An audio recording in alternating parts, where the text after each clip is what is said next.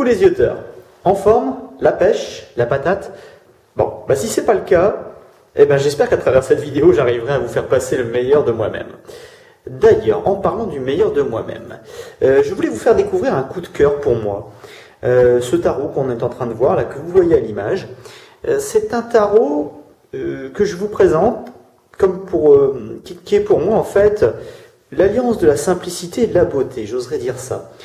Quand j'ai découvert en fait ce tarot sur Etsy, E-T-S-Y, pour ceux qui connaissent, c'est une sorte d'eBay, je pourrais dire, mes versions anglophones, très tirées sur le Canada, l'Amérique. Eh bien, j'ai tout de suite craqué. Je dois dire que je me suis dit que je ne pouvais pas passer à côté. Il est simple, il est clair, il est assez joli. J'aime bien l'idée, vous verrez un petit peu les différentes images qu'on peut trouver. Franchement, moi je me suis éclaté quand j'ai regardé ça, je me suis dit, il me le faut et ça fera plaisir aux gens qui regardent ça. Alors, pour vous montrer un peu ce que ça donne, voilà déjà, rien que le dos de la carte, regardez, le dos de la carte est sympa. Hop. Hop là. Et voilà une idée. Alors, ça c'est le King of Pentacles, donc le roi des deniers ou des pentacles, ça dépend un petit peu des jeux. Alors, la plupart des cartes se présentent, voilà, en format blanc, d'accord, toujours avec ce dos noir. Les cartes sont assez fines, assez légères, je dois dire que elles bougent bien. Quelques-unes sont noires. Bien souvent, elles sont de forme, elles sont sous le signe, je dirais, masculin. Donc, on verra un petit peu après ce que je veux dire par là. Alors, le Vibrant Spirit Tarot, puisque c'est son nom, n'est ni plus ni moins qu'un tarot de Marseille, qui a été créé en fait par Bita Krzyzewski. Vous m'excuserez pour l'expression du nom. Cette brillante artiste, c'est une illustratrice indépendante, et elle est par ailleurs aussi professeure d'art. Donc, ceci explique cela. Ça transpire vraiment. À travers son tarot, vous avez pu le voir, les dessins sont assez fins, très épurés, c'est vraiment quelque chose de super beau. Et elle aime particulièrement la nature. Là aussi, vous allez le voir à travers son oracle. Même si elle reste dans des tons noirs et blancs, monochromes, eh bien là, on voit que elle travaille beaucoup avec la nature, les feuilles, les fleurs. Et bien sûr, les domaines liés à la spiritualité. Ce tarot est donc le fruit de ces rencontres et franchement, j'ai adoré. C'est d'abord un travail qui est épuré. Pas de couleurs flashy ou extravagantes. Rien de particulier, non. On est dans le sobre, mais dans le chic quand même. C'est quelque chose qui est quand même joli à voir, franchement. Les cartes sont blanches pour une grande partie, comme je vous le disais, mais certaines sont complètement noires et le trait de crayon, lui, est blanc. Un véritable, je dirais, dualisme entre négatif et positif. C'est l'équilibre du tarot qui transparaît vraiment, et ça, c'est une bonne chose. C'est vraiment ce qu'on peut rechercher dans un tarot. C'est aussi un tarot très féminin, où, je dirais, les femmes apparaissent dans le plus simple appareil, sans aucune vulgarité. Quelques figures masculines apparaissent bien, et même un clin d'œil à un chanteur célèbre décédé en 2016 est représenté dans sa jeunesse, mais tout à fait reconnaissable par le premier venu. Je vous laisse le chercher et je vous laisse essayer de trouver de qui il s'agit. Petit point négatif? Bon, allez. Mais c'est pour être bien complet, attention. Alors le dos des cartes n'est hélas pas neutre, vous verrez pourquoi est-ce que je vous dis ça quand je démarrerai le tirage, je vous expliquerai. Autre point, je suis fan des cartes un peu plus épaisses, et je trouve ces dernières un peu plus fines, mais bon, je dois dire qu'elles se mélangent bien, elles sont même très légères, ce qui les rend assez faciles d'utilisation quand même. Je vais vous laisser en commentaire l'adresse de la boutique Etsy et les coordonnées pour ceux qui souhaiteraient, je dirais, faire cette magnifique acquisition. Franchement, moi, je ne regrette pas. Et en plus, je dirais, elle a été le tarot par lui-même est livré, bien emballé, bien sûr, et livré avec une petite pochette que vous pouvez voir à droite, avec un joli mot disant que, eh bien, le Vibrant Spirit Tarot nous inspire et nous guide. Signé Bita. Bon, et si on découvrait ce tarot autour d'une guidance de la semaine? Allez, c'est parti. Alors, comme d'hab, je vous laisse une minute de décontraction pour faire votre choix et on se retrouve pour interpréter les lignes juste après. Gros bisous, à tout de suite.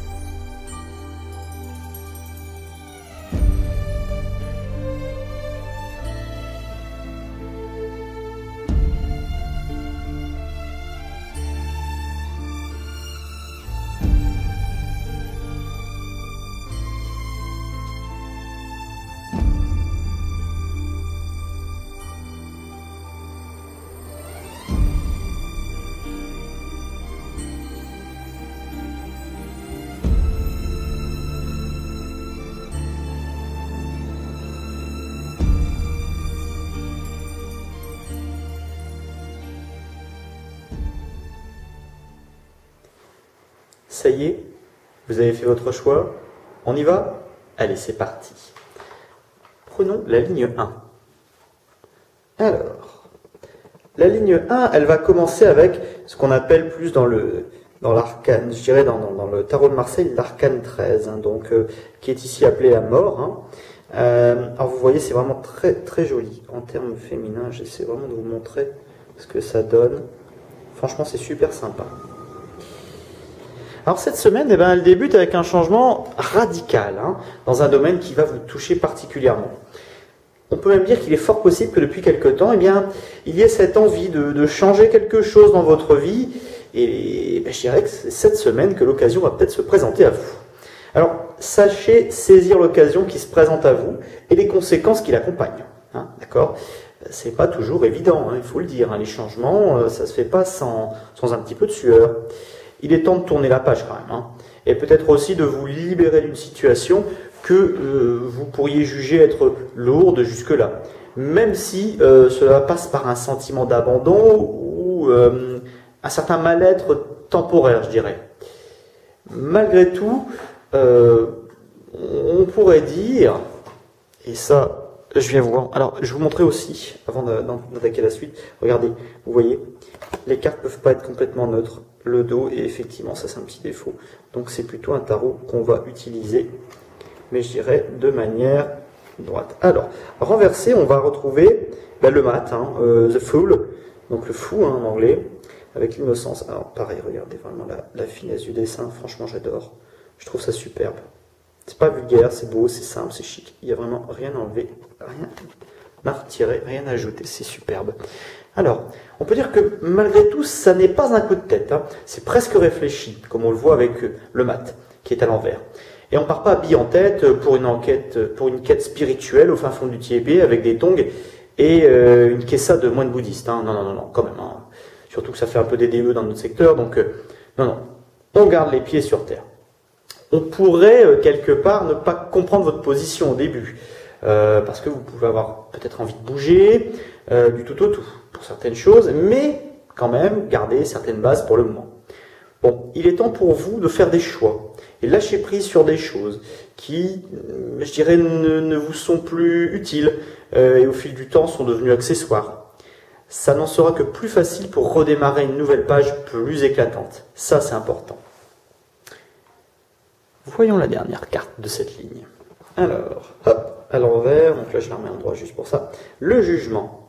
Donc le jugement, si vous vous souvenez bien, dans le tarot de Marseille, c'est cet ange hein, qui va regarder des personnes qui sortent des tombes. Donc on voit bien l'idée de l'œil hein, qui observe les autres. C'est peut-être l'œil du Moscou. Alors, je la remets dans l'autre sens. Justement, cette page blanche, on peut dire quelque part qu'elle vous tend la main sous les traits du jugement qui est renversé. Vous aurez envie de vous tourner vers une nouvelle situation, progressivement, attention. Ça va être quelque chose de nouveau pour vous, quelque chose que vous n'avez jamais expérimenté. Hein. Même si les changements sont modérés, hein, on le voit, hein, c'est pas un changement vraiment brutal. On veut faire des changements, mais c'est pas brutal. Cette semaine, vous avez quand même pris un virage hein, dans votre vie. Et vous allez le sentir petit à petit, ça va s'accentuer. Il souffle dans votre vie, et je dirais même sur vous, un vent de modernité qui pourrait être le début d'une belle aventure. Alors ne négligez pas tout ça, ça pourrait être une bonne chose. En synthèse, pour ceux qui ont choisi la ligne 1, sachez, je dirais, lâcher prise et faire le tri dans votre vie. Qu'est-ce qui est important à vos yeux? Ça, c'est une question qu'il faut absolument vous poser. Aujourd'hui, il y a des choses qui ne sont plus importantes pour moi, d'autres qui le sont. Je dirais, qu'est-ce qui, je dirais, n'est plus aussi important que ça? Qu'est-ce qui ne l'est plus tant que ça? Et que vous faut-il pour avancer vers un nouvel horizon, au fond? Simplifiez-vous la vie. Un nouvel horizon raisonnablement bon pour vous. D'accord? Ne demandez pas non plus la perfection des perfections, hein, riche, beau, intelligent et tout. Non, non. Ce qui est bon pour vous. La richesse viendra par elle-même, le bonheur viendra par lui-même, si vous savez, je dirais, l'attirer et faire plaisir, je dirais, à une personne, à savoir déjà vous. Prenez votre temps, regardez les choses autour de vous. Les signes sont des petits gestes de la vie. C'est pas Jésus qui descend tous les jours devant vous, mais ça peut être des petits gestes. Une fleur, un insecte que vous aviez l'habitude de voir avec votre grand-père. Vous pouvez aussi entendre un mot qui vous est familier. Voilà, regardez, c'est des petits gestes comme ça dans la vie qui vous font dire que vous êtes sur la bonne route ou, eh bien, il faudrait peut-être changer ça, parce que c'est pas forcément la meilleure des routes pour vous.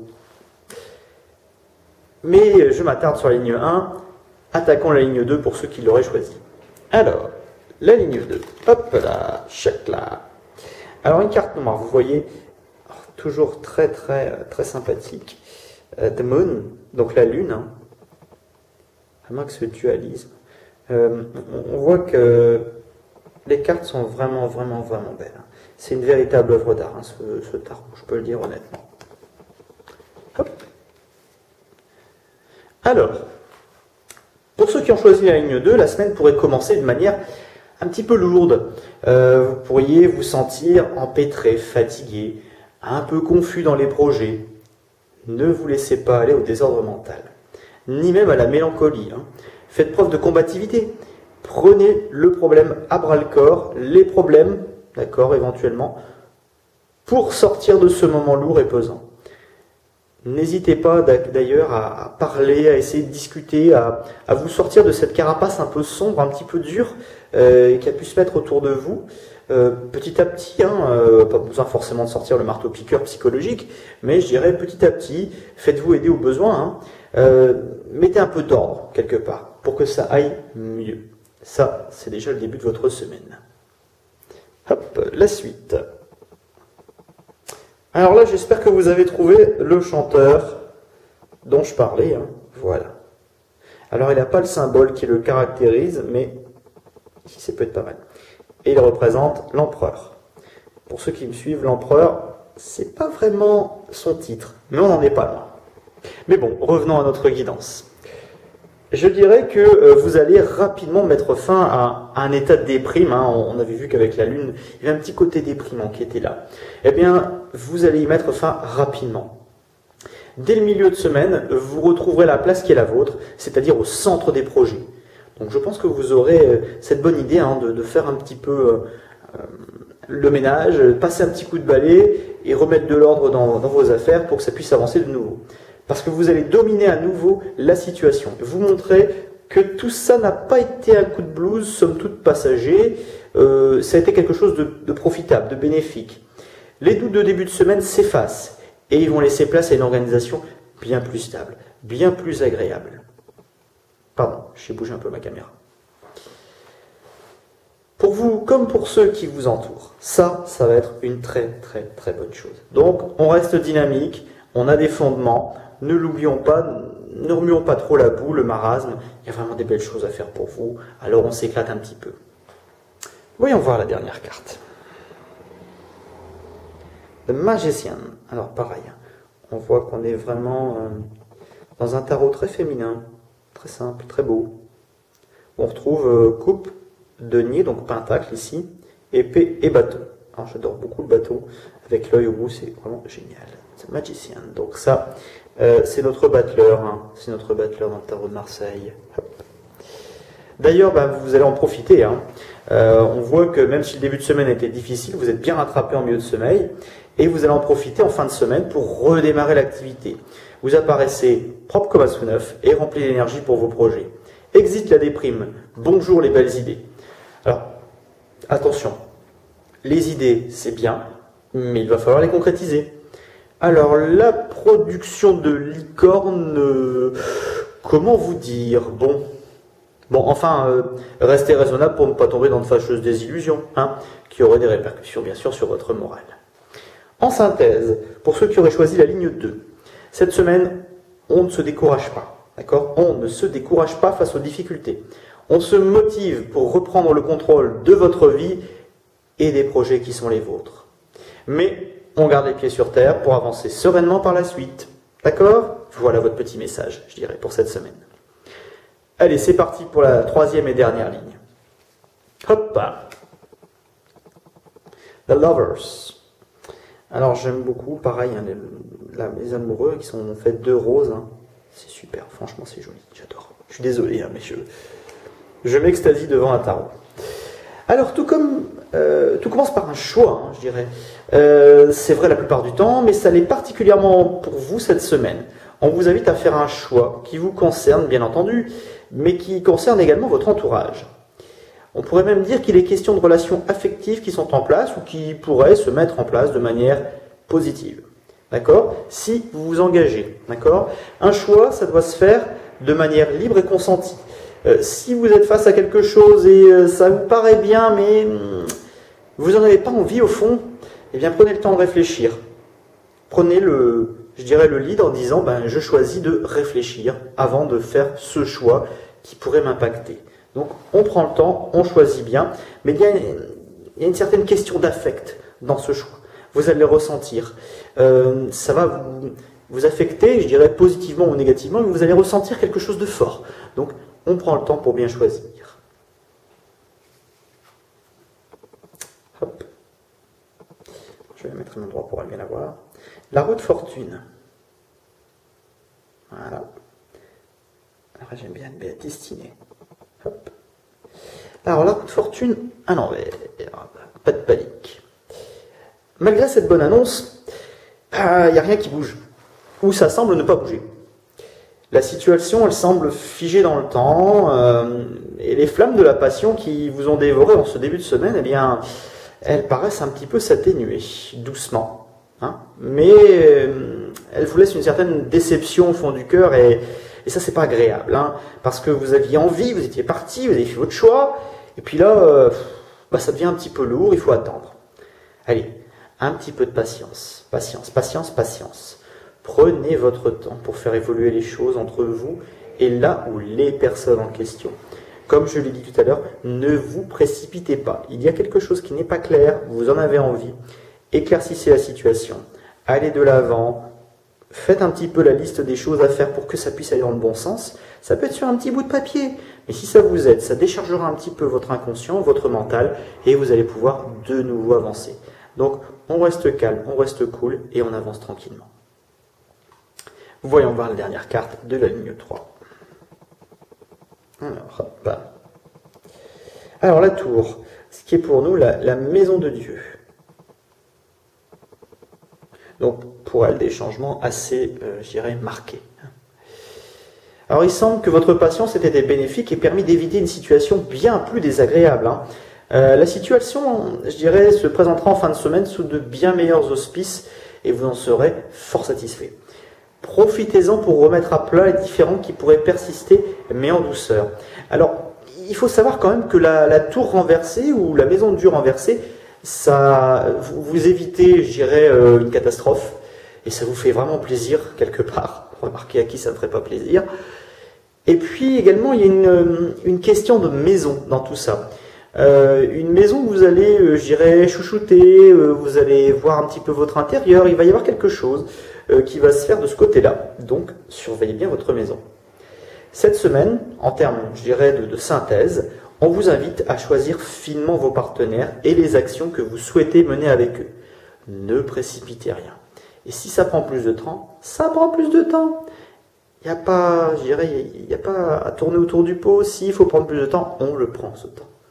Il n'y a pas de hasard et vous récolterez les fruits de votre patience. Ça, je vous le garantis. Et bien voilà, j'espère que ce tarot vous aura plu et éventuellement, si vous souhaitez avoir plus d'infos, je suis bien sûr à votre disposition pour ça. Hein. Donc sur la chaîne YouTube, hein, n'hésitez pas en bas de la vidéo à mettre un petit pouce bleu, ça fait toujours plaisir pour le travail.